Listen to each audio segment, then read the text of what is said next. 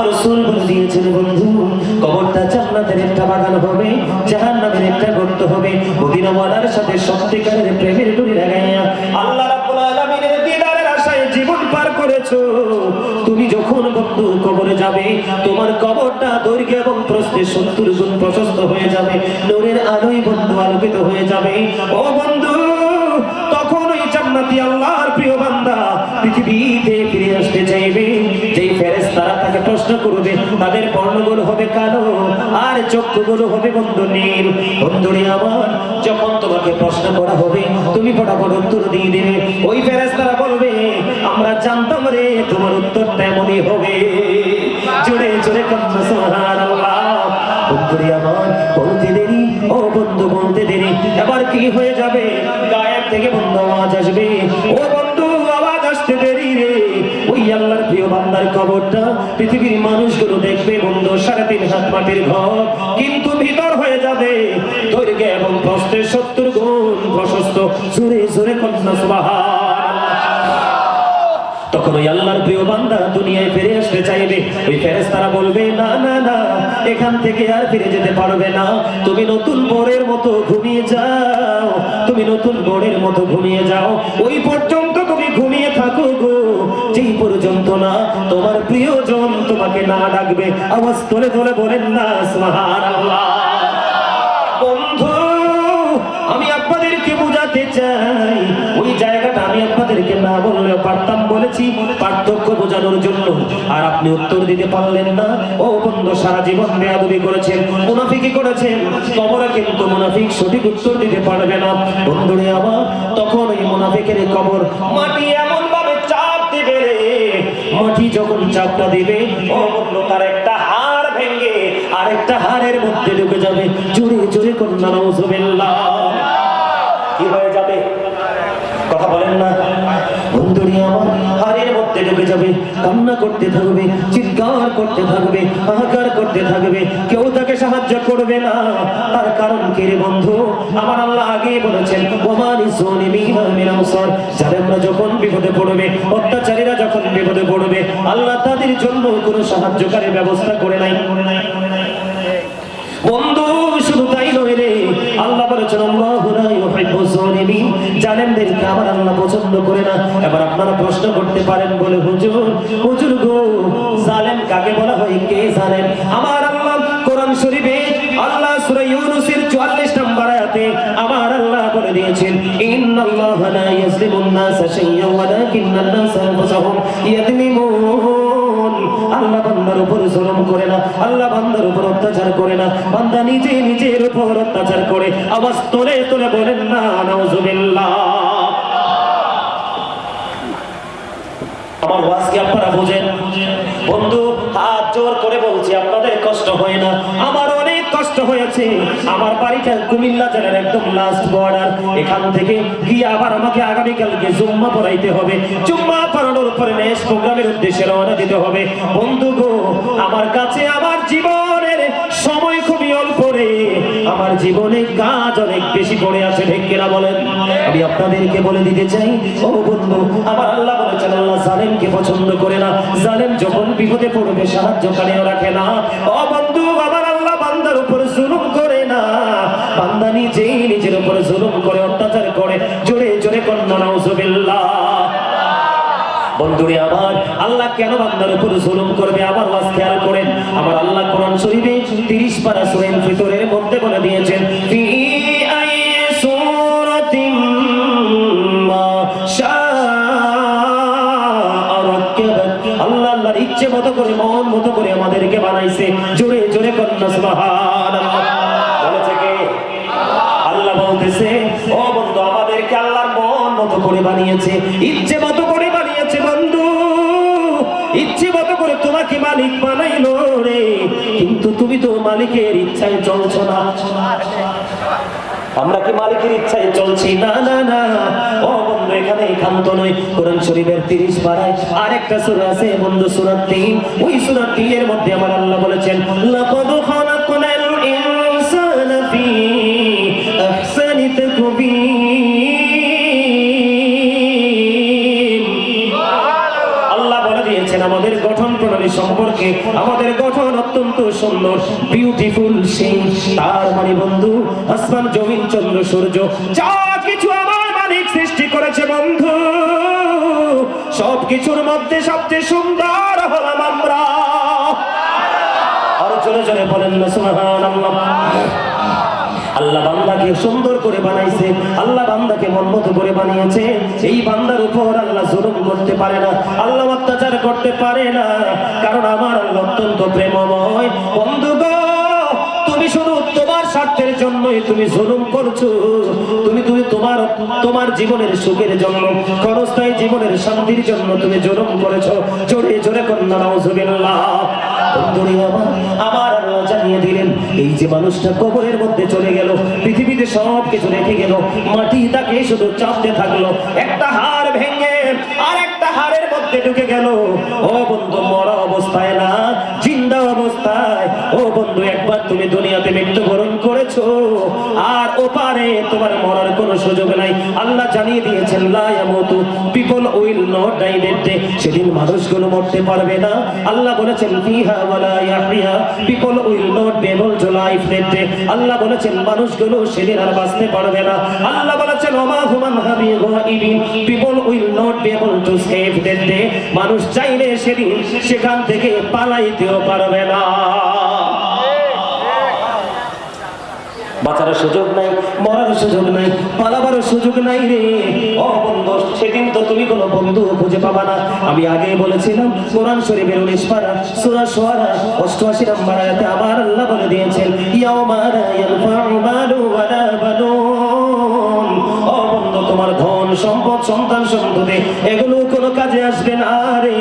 ও বন্ধু, তোমার কি উপায় হবে? আমি তোমাদেরকে বলে দেই, সেই দিন কিন্তু তুমি কাউকে দোষ দিতে পারবা না। দাদা ভাই, কাউকে দোষ দেওয়া যাবে না? না না বন্ধু, কাউকে সেদিন তুমি দোষ দিতে পারবা না। বলে, হুজুর কেমন গো? তুমি সেদিন কাউকে দোষ দিতে পারবা না। আমার আল্লাহ বলে দিয়েছেন, ইদাস সামাউ ফাতারাত ওয়া ইদাল কাওয়াকিবু তাযারাত ওয়া ইদাল বিহারু ফুজ্জিরাত ওয়া ইদাল কুবুরু বু'সিরাত আলিমাত নাফসুম মা কদ্দামাত ওয়া আখরাত। জোরে জোরে বলেন আল্লাহু আকবার। আর জোরে বলেন আল্লাহু আকবার। আমার আল্লাহ বলেছেন, ইদাস সামাউ ফাতারাত ওয়া ইদাল কাওয়াকিবু তাযারাত ওয়া ইদাল বিহারু ফুজ্জিরাত। ও বন্ধু, আসমানটা ভেঙে যাবে রে, তারকাগুলো বন্ধু জোরে জোরে পড়বে, সমুদ্র সেদিন উদ্বেলিত হয়ে যাবে। তারপরে আরো ভয়ঙ্কর, আমার আল্লাহ বলেছেন, ওয়া ইদাল কুবুরু বু'সিরাত আলিমাত নাফসুম মা কদ্দামাত ওয়া আখরাত। আবার আল্লাহ বলে দিয়েছেন, কবরটা ওপেনিং করা হবে, প্রকাশ করা হবে। সেই দিন আপনার আমার জীবনে কে কি করেছি আর কি করিনি প্র্যাকটিক্যালি আমরা পরিদর্শন করতে পারবো। কাউকে দোষ দেওয়ার মতো কোনো সুযোগ নাই। জোরে জোরে বলেন আল্লাহু আকবার। আমি ছোটখাটো মানুষ, ওনার ছাত্রের তুল্য। ওনাকে জিজ্ঞেস করেন, আমি কি ভুল বলছি হুজুর? আকাশ ভেঙে চলে যাবে, তারকাগুলো খুশি খুশি পড়বে, ঝরে ঝরে পড়বে, বিক্ষিপ্ত হয়ে পড়বে, সমুদ্র উৎপীড়িত হয়ে যাবে। কত ভয়ঙ্কর হবে সেই দিনের অবস্থা, কত নির্মম হবে সেই দিনের অবস্থা, কত নিষ্ঠুর হবে সেই পরিবেশ। কবরটা সেদিন ওপেনিং করা হবে। আপনার আমার জীবনে কে কি করেছি সব কিছু আপনি আমি দেখতে পারবো, জানতে পারবো। দোষ দিবেন কাকে? দেখে কি দৌড় দিতে পারবেন? আরে দেখার পরে ভয় লাগবে, দৌড় দিতে পারবেন? নো। আল্লাহ বলেছেন, ইন্নামাতু শারদ্দিকা শাদীদ, the sitting of Allah is difficult. আল্লাহর ধরা, আল্লাহর পাকড়াও বড় শক্ত, বড় কঠিন। ইন্নাল্লাহা সারিউল হিসাব, Allah is going to take account. কোথায় যাবেন সেদিন? কাকে পাবেন সেদিন? এখনো সময় আছে। জীবনে একজন হক্কানি আলেমের সাথে প্রেম লাগিয়ে দেন, একজন আল্লাহর ওলিকে ভালোবেসে নেন। আপনার জীবনে doctor, engineer, SP, DC, MP, মন্ত্রী সব থাকুক, জীবনে ফাঁকি দিয়ে ওনাদের মতো একজন প্রিয় মানুষকে ভালোবেসে আপন করে নিন। আপনার পুরো লাইফ স্টাইলটা চেঞ্জ হয়ে যাবে, পুরো ফিউচারটা আপনার ব্রাইট হয়ে যাবে। সুবহানাল্লাহ। আরো জোরে। আপনারা বুঝেন না আমার কথা? আপনি আল্লাহকে পেতে চাইলে উসিলা লাগবে। ওয়াবতাগু ইলাইহিল উসিলা ওয়া কুলু মা সাদিকিন।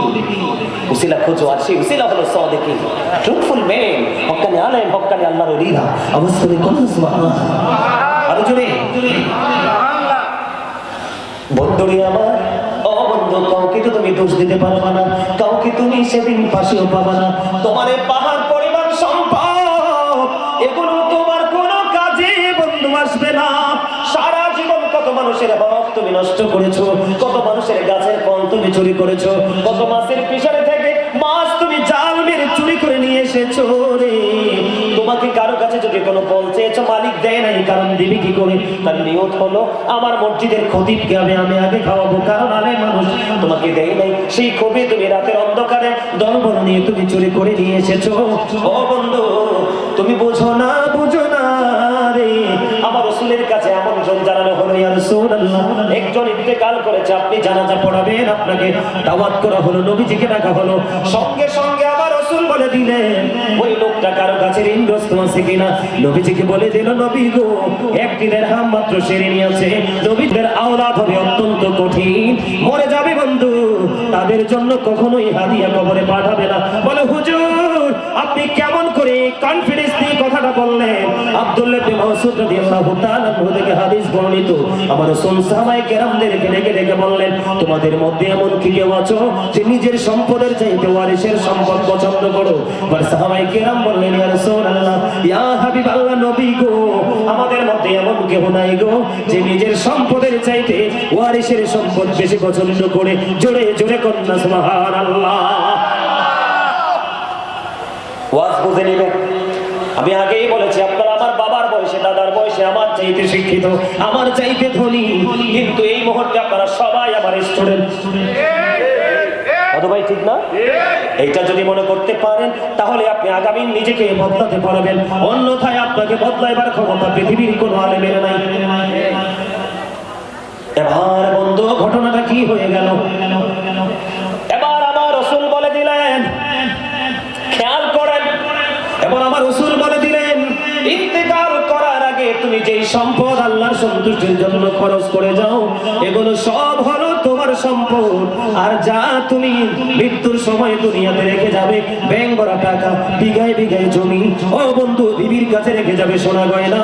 রাসূল বলে দিলেন, রে, এগুলো একটাও তোমার সম্পদ না, যদিও সম্পদগুলো তুমি উপার্জন করেছো, কারণ ইন্তেকালের পরে তোমার মালিকানা অটোই বাতিল হয়ে যায় আল্লাহর পক্ষ থেকে। বলেন, এই জন্য বন্ধু, আপনি যদি আপনার বাচ্চাকে ট্রেনিং দিতে পারেন, তাহলে এই বাচ্চাটা মোমের মতো নরম হবে। আপনি যদি আপনার বাচ্চাটাকে ট্রেনিং দিতে না পারেন, ওটাই বন্ধু পথভ্রষ্ট হয়ে যাবে।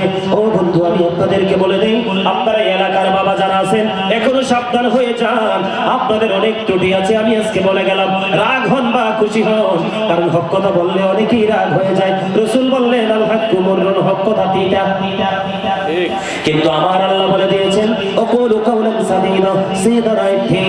আমার আল্লাহ বলেছেন, সত্য কথা বলো, সঠিক কথা বলো। বন্ধু, আমার রাসূল বললেন, আপনাকে যারা বাবা হয়েছেন, যারা মা হয়েছেন, তাদেরকে আমার রাসূল ইনস্ট্রাকশন দিচ্ছে। বলো, হুজুর কেমনে গো? আমার রাসূল বললেন, আদিবু আওলাদাকুম আলা থালাতি খিসালিন, হুব্বি নবীকুম ওয়া হুব্বি আহলি বাইতিহি ওয়া আলা কিরাতিল কুরআন। রাসূল বলেছেন, বাবা মা যারা হয়েছেন, রাসূল বলেছেন, তোমরা তোমাদের সন্তানদেরকে তিনটি বিষয় শিক্ষা দাও। প্রথম হলো হুব্বি নবীকুম, নবীর ভালোবাসা, কারণ এটা ঈমান এবং ফরজ। কয়টা বাবা বুকে হাত দিয়ে বলতে পারবে আপনার সন্তানকে নবী চিনাইছেন? বন্ধুরি আমার, এরপরে বলেছেন, হুব্বি আহলি বাইতিহি, নবীর পরিবারের ভালোবাসা শেখাও। বন্ধুরি আমার, কারণ রাসূল বলেছেন, নবীর ভালোবাসা তুমি তোমার সন্তানকে শেখাতে হবে। তার কারণ হলো, আমার রাসূল বলেছেন, I am a city of education, the gate of that city is Ali. আমার রাসূল বলেছেন, আমি হলাম শিক্ষার শহর, আর সেই শহরের দরজা হলো আমার আলী। আহলে বাইতের অন্যতম একজন সদস্য হযরতে আলী। জোরে কন্যা সুবহানাল্লাহ। আমার রাসূল বলেছেন, ফাতেমা তু সাইয়্যিদাতু নিসাই আহলিল জান্নাহ। রাসূল বললেন, mother Fatema is the leader of females in জান্নাহ। এই দুনিয়ার বুকে যত মা বোনেরা আছে বন্ধু মুমিনা রে, তাদের জন্য জান্নাতে সরদারিনী হয়ে যাবে আমার রাসূলের কলিজার টুকরা মা খাতুনে জান্নাত ফাতেমা। জোরে জোরে কন্যা সুবহানাল্লাহ। ওরে যুবক, আজকে তোমরা যারা এই জান্নাতের বাগানে এসেছো, আমি তোমাদেরকে বলবো ইউ আর ভেরি সাকসেসফুল। বলে হুজুর কেন গো? তোমরা মদিনাওয়ালার প্রেমিক, আহলে বাইতের প্রেমিক। রাসূলের পবিত্র জবান মোবারক দিয়ে তিনি বলেছেন আল হাসান ওয়াল হুসাইন সাইয়্যিদা শাবাবি আহলিল জান্নাহ। আমার রাসূল বলে দিয়েছেন ইমাম Hasan and Hussain are the leader of younger people in জান্নাহ। আমার রাসূল বলে দিয়েছে বন্ধু, ইমাম হাসান হুসাইন দুই ভাই হবে জান্নাতে যুবকদের নেতা। তাহলে আপনারা বুকে হাত দিয়ে বলেন, ও বন্ধু, আলী হলো শিক্ষার শহরের দরজা। মা খাতুনে জান্নাত হলো মহিলাদের নেতৃত্ব দিবে। ইমাম হাসান হুসাইন জান্নাতে যুবকদের লিডার হয়ে যাবে। তাহলে আপনি বাবা হিসাবে আপনার সন্তানকে সে শিক্ষা দিতে হবে। রাসূল বলে গেছে, এরপরে বলেছেন আলা কিরাতিল কোরআন, learn to recite the holy Quran. তুমি তোমার সন্তানকে কোরআন তেলাওয়াত শেখাও।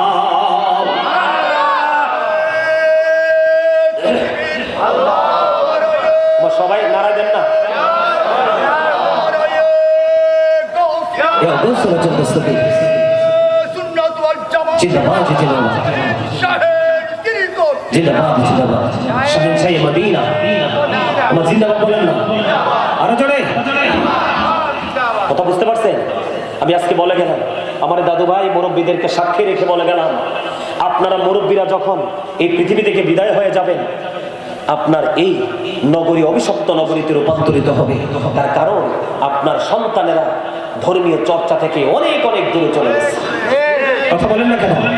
মানুষ যখন ধর্মীয় শিক্ষা থেকে চর্চা থেকে দূরে চলে যাবে, তখন আল্লাহর পক্ষ থেকে নতুন নতুন গজব আপনার আমার মাঝে আসবে, যেটা আপনার আমার পূর্বপুরুষ কোনোদিন সেই গজবের খবর জানেও না। করোনার খবর কি কেউ জানতো? আমরা জানতাম? কথা বলে না, জানতাম। আমার নিজের চোখে দেখেছি করোনায় যে মানুষ মারা গেছে, নিজের চোখে দেখেছি তাদের মৃত্যুটা। এই করোনা আক্রান্ত মানুষগুলোর পথ চলাটা কত নির্মম ছিল। আরে সেই দিনই তো 2019 থেকে তো মানুষ এই দুনিয়াতে হাসরের মাঠ দেখছে। কিও লাঠি দিয়া ছেলে, অনেক লম্বা লাঠি দিয়ে, আমি দেখেছি আমার বাসা থেকে অনেক লম্বা লাঠি দিয়ে বাবার পরনের কাপড়গুলো দূরে রেখে পেট্রোল দিয়ে আগুন দিয়ে দিয়েছে। আমার দেখা, আমার ওইদিকে একজন মানুষ করোনায় মারা গেছে, শুধু 2000 টাকা দিয়ে শুধু কবরে নামাইছে। অন্য স্বাভাবিকভাবে যেভাবে মানুষকে কবর দেয়, এইভাবে কবরও দেয় না, কোন রকম নামাইয়া বরফ করে চলে আসছে। নাউজুবিল্লাহ বলেন। এই দুনিয়া নিয়ে কি হবে? আপনি আজকে অসুস্থ হওয়া লাগবে না, বাড়িতে যেয়ে শুধু অসুস্থতার ভান করে দেখেন, দেখবেন আপনার ডাইনে বামে কেউ নাই, কেউ নাই। যে সন্তানের জন্য লাইফটাকে বরবাদ করে দিয়েছেন, এই সন্তানও দেখবেন আপনার কাছে আসবে না। আপনি অসুস্থ দেখলে আত্মীয় স্বজন সবাইকে নিয়ে মিটিং করবে, বাবার সম্পদ কোথায় কি আছে ভাগ করে দিয়েছেন। নাউজুবিল্লাহ বলেন। আমার কথা খারাপ লাগে? আরে জোরে বন্ধুরে আমার, অন্যায় করো না, অপরাধ করো না বন্ধু। কবরের মধ্যে ভয়ঙ্কর অবস্থা শুরু হয়ে গেছে। তুমি দৌড় দিতে পারবা না, কাউকে তুমি দোষ দিতে পারবা না, বিপদে কাউকে ডাকলে তুমি কাছেও পাবা না, এত ভয়ঙ্কর হবে রে। আমি আপনাদেরকে বলে দেই বন্ধু, আকাশটা ভেঙে যাবে, তারকাগুলো ঝরে ঝরে পড়বে, সমুদ্রটা উদ্গীরিত হয়ে যাবে, কবরটা ওপেনিং করা হবে। ও বন্ধু, সেদিন তুমি আমি প্র্যাকটিক্যালি সব দেখতে পাবো, জানতে পারবো, বাঁচার উপায় নাই রে। আমি আপনাদেরকে বন্ধু বলে দেই, বর্তমানে পৃথিবী থেকে সূর্যটা 9,13,00,000 মাইল দূরে। সূর্যের আলো পৃথিবীতে আসতে সময় লাগে মাত্র 8 মিনিট 20 সেকেন্ড। প্রতি সেকেন্ডে 1,86,000 মাইল বেগে পৃথিবীর দিকে চলে আসে। অনেক আবরণ ভেদ করে মাথায় লাগে, সইতে পারি না রে। ও বন্ধু, কাল হাসরের দিন তুমি দেখতে পাবে সূর্যটা সরাসরি মাথার উপরে থাকবে রে, মাথার বগসটা উৎরাইতে থাকবে। কুরবানির ঈদের দিনের গোস্তের পাতিলের মতো, শীতের দিনে গরম পানির ফুটন্ত পানির পাতিলের মতো বন্ধু, ঘাম শুধু বের হতে থাকবে রে। ও বন্ধু, ঘামের মধ্যে ডুবে যাবে, দুর্গন্ধময় হয়ে যাবে পরিবেশ। তুমি সেদিন কাউকেই খুঁজে পাবা না। জোরে জোরে কন্যা নাউজুবিল্লাহ। আর যদি তুমি জান্নাতি হতে পারো, যৌবন কাল থেকে আল্লাহ রাসূলের সাথে প্রেমের ডোরি লাগাইয়া মরতে পারো, আমার পাশে হুজুর আছে, আমার উস্তাদ তুল্য বন্ধু। তুমি যদি যৌবন কালে আমল করতে পারো রে, সেই দিন আল্লাহর আরশের ছায়ার নিচে তোমার জায়গা হয়ে যাবে। আমাদের যুবকরা মাশাআল্লাহ যে স্মার্ট হইছে, আমরা দেখলে অপেক্ষা করে আমার একটা সালাম দেয়। ওমা ভুল বলছি? আপনাদের এলাকার যুবকরা কি আপনাদেরকে সালাম দেয়? আরে হয়তো 2-4 জন দেয়, হাজারে বা শতের মধ্যে 2-4-5 জন দেয়। ম্যাক্সিমাম ছেলে তো মুরব্বি দেখলে ইয়ার কি করে কি করে না, সালাম কালাম তো নাই। অথচ সামাজিক বন্ধন, প্রেমময় বন্ধনে আবদ্ধ হতে হলে সালাম দেওয়ার প্রচলন বাড়াতে হবে, ঠিক কিনা বলেন? দেখবেন একটা মানুষকে সালাম দিলে সালামটা নিবে এবং একটু ফিরে তাকাবে, কে রে আমাকে সালাম দিল, তার প্রতি অটোই একটা প্রেমের একটা বন্ধন তৈরি হয়েছে। আজকে ম্যাক্সিমাম মানুষ হার্ট অ্যাটাকে মারা যায় না, কথা বলে না? ম্যাক্সিমাম মানুষকে হার্ট অ্যাটাকে মারা যায় না, হৃদরোগে আক্রান্ত হয়ে মারা যায় না। এটার অন্যতম একটা কারণ হলো গোমরাহি, গম্ভীর ভাবে থাকা। আপনি সুস্থ থাকতে হলে, গজব তো ভাই চারদিক দিয়ে আমাদেরকে ঘিরে ফেলেছে। আপনি সুস্থ থাকার জন্য রাসূল জি মেডিসিন গুলো দিয়েছেন, ঔষধ গুলো দিয়েছেন, এর মধ্যে একটা হলো হাসি। এখনকার মানুষ তো একজন আরেকজনকে দেখে হাসতেই জানে না। হাসি খুশি জীবন মানুষের জীবনকে ফ্রি করে দেয়, সুস্থতা বাড়িয়ে দেয়। এখন ম্যাক্সিমাম মানুষই গোমরামুখে থাকে, একা একা কেমন জানি হুতুম পেছার মতো চলতে পছন্দ করে। এখন তো ঈদের দিনেও আনন্দে নাই, দাদা ভাই আছেও, এখন তো ঈদের দিনেও আনন্দে নাই। নিজের জামাটা নিজে পরিহিত গায়ে যাবে, নামাজ পড়ে এসে এতটি খাইয়া একেবারে, কথা কয় না কেন? আরো জুড়ে ঈদ কি এমন হওয়ার কথা ছিল? কথা বলেন। ডক্টর আল্লামা ইকবাল কি বলেছে? খোদা প্রাপ্তির পথ রয়েছে লোকানো, রয়েছে মানব সেবার মাঝে, পাবো না কোথাকে আল খেলা তাসবিহ আর যায় না মাঝে। নামাজ দিয়া, রোজা দিয়া, দাড়ি দিয়া, টুপি দিয়া, পাগড়ি দিয়া, তাসবিহ দিয়া লাভ হইতো না। সৃষ্টিকে ভালোবাসতে শিখেন। আল্লাহ রাসূল কি কইছে? তরকারি রান্নে চুল একটু বাড়াইয়া দাও, পাশের ঘরের গরিবকে যেন দিতে পারো। আর এখনকার মানুষ গরিবের হক মারতে বেশি পছন্দ করে, দেওয়া তো থাক দূরে, ঠিক কিনা বলো? এই জন্য আমি বলি, তার rich are not always happy.